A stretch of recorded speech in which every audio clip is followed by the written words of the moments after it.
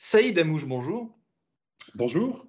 Alors vous êtes recruteur, hein. Vous êtes recruteur, vous recrutez un candidat. Lorsque vous faites passer un entretien de recrutement, est-ce qu'il y a un détail spécifique qui vous agace quand vous avez quelqu'un en face de vous, une attitude, je sais pas, dites-moi. Ce qui m'agace, c'est de découvrir en fait que la personne qui est en face de moi, elle n'a pas envie de s'installer dans une relation de confiance. Et ça, c'est extrêmement en fait délicat pour la suite. Et comment est-ce que vous le reconnaissez, ça, quand vous avez... Passer par une attitude physique, ça peut passer par la manière dont on se serre la main. Alors, on se serre moins la main en ce moment, en période de crise sanitaire, mais c'est vrai que c'est très important en fait de soigner l'attitude dès le démarrage parce que ça conditionne tout le reste.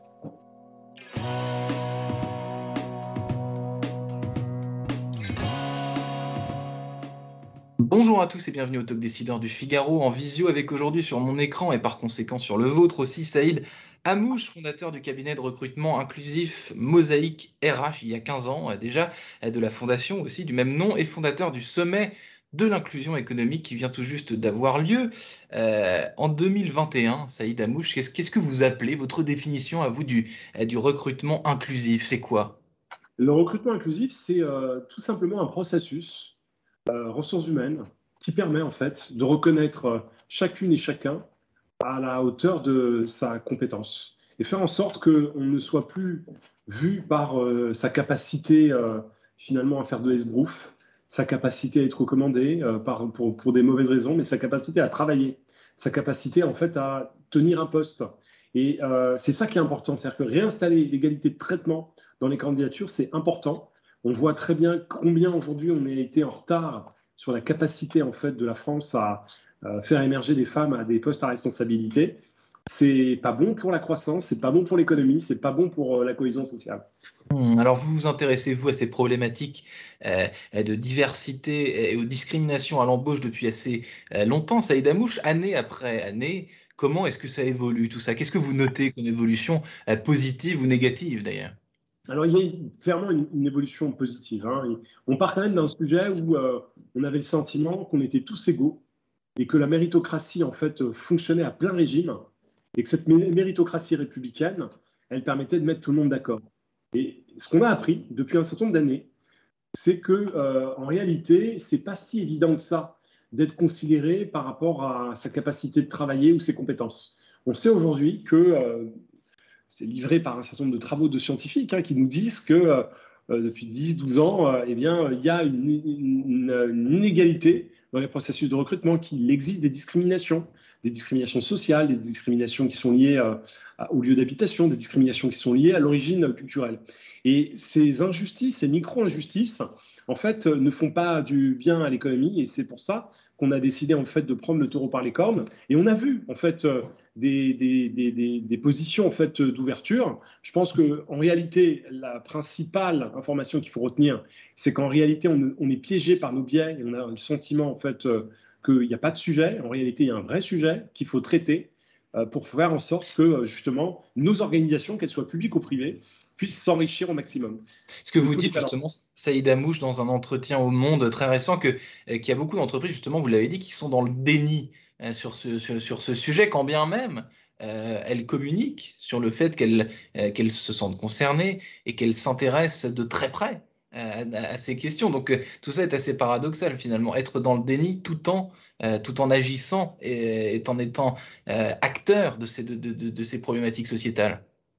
Oui, en fait, il faut bien avoir en tête qu'en réalité, on est tous paramétrés dans une institution, dans une société où la République, en fait, a garanti l'égalité. Hmm. Et cette égalité, elle affirme une chose, eh bien, celui qui réussira, c'est celui qui aura cette capacité de s'épanouir par le travail, de développer sa capacité, son effort. Plus l'effort sera important, plus il évoluera. Et en fait, c'est pas tout à fait juste, parce que grâce à ces recherches scientifiques et puis ces analyses empiriques, on se rend compte qu'il y a en fait une France à deux vitesses où certains sont un peu marginalisés, sont mis de côté, alors que d'autres avancent. Et ce que j'ai constaté, moi, c'est que d'abord, il y avait une prise de conscience qui était utile il y a une quinzaine d'années. De cette prise de conscience, il y a une volonté d'agir. Donc, on a aujourd'hui de plus en plus d'entreprises qui se mobilisent sur ces questions-là. On voit aussi qu'on a une législation qui a permis d'accélérer. La loi Copé-Zimmermann, elle a fait avancer en fait la cause, notamment la reconnaissance des compétences des femmes sur des postes à haute responsabilité. Et puis aujourd'hui, ce qui se passe, c'est qu'on a besoin en fait de généraliser un système qui était imparfait. Et comment demain on accélère, comment on fait pour que 100% des entreprises puissent pratiquer le recrutement inclusif? Eh bien, c'est le défi en fait de la Fondation Mosaïque. Vous dites, justement, Saïd Amouche, vous parlez d'un système à une, deux, voire trois ou plusieurs vitesses. Vous évoquez dans ce même article du Monde que j'ai évoqué, vous dites que la diversité n'a pas le même sens finalement pour toutes les entreprises, pour tous les organismes. Donc certains définissent la diversité, enfin les enjeux de diversité ne sont pas les mêmes que pour d'autres organismes. Oui, absolument. Donc, chacun a sa petite définition de ce qu'est la diversité. Souvent, on rapproche diversité à la notion ethnique. C'est un sujet, mais c'est pas que le sujet. Il faut se rendre compte qu'en France, on a, par exemple, lorsqu'on est dans l'enseignement supérieur, des milliers de boursiers. Et ces boursiers, eh bien, c'est souvent des populations qui n'ont pas des réseaux développés, qui n'ont pas la possibilité d'être cooptées, qui vont avoir plus de mal à décrocher un stage. Et à partir de là, dès ce stade-là, on note en fait des parcours, des trajectoires qui vont être assez différentes. Et puis, surtout, ce que j'ai constaté, moi, c'est que depuis un certain nombre d'années, en fait, c'est la même mécanique. C'est-à-dire qu'à force de se faire la guerre des talents lorsqu'on est une entreprise à forte notoriété, à dimension internationale, ce qui se passe, c'est qu'on va plutôt aller chercher les mêmes profils, les mêmes typologies en fait, de Mm. population. Et les personnes les plus discriminées sur le marché de l'emploi, c'est les seniors. Et seniors, quand on écoute en fait ce que disent les études, c'est 45 ans. À 45 ans, on est considéré comme un senior. Ça veut dire que la mécanique de la discrimination, elle agira sur tout le monde, puisque on est tous voués à avoir dans notre trajectoire un passage à 45 ans. Et donc, c'est important de prendre conscience de ce dysfonctionnement-là, puisque c'est aussi ça, les biais cognitifs, qui nous amènent à prendre souvent des mauvaises décisions.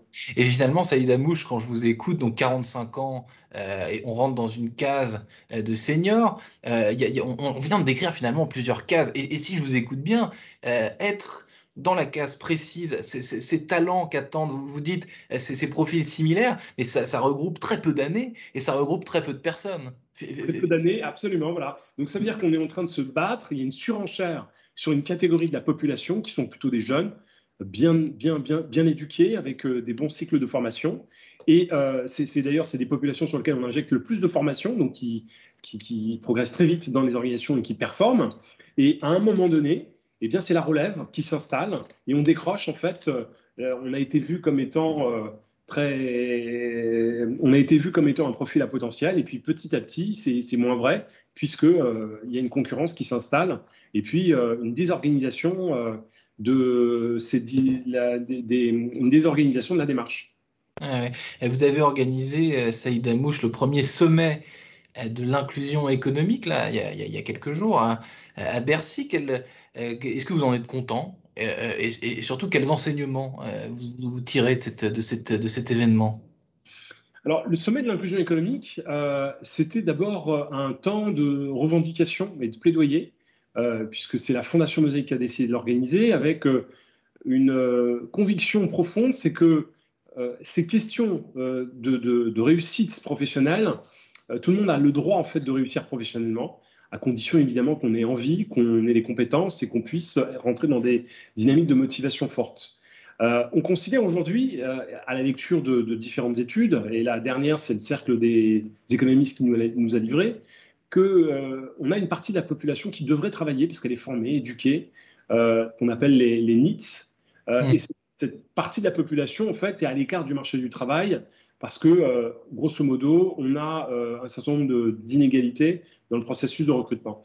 Et si on était capable de réinstaller un modèle efficace qui permettrait de les intégrer et les inclure économiquement, eh bien, c'est plus de 0,4% de PIB pour la société française.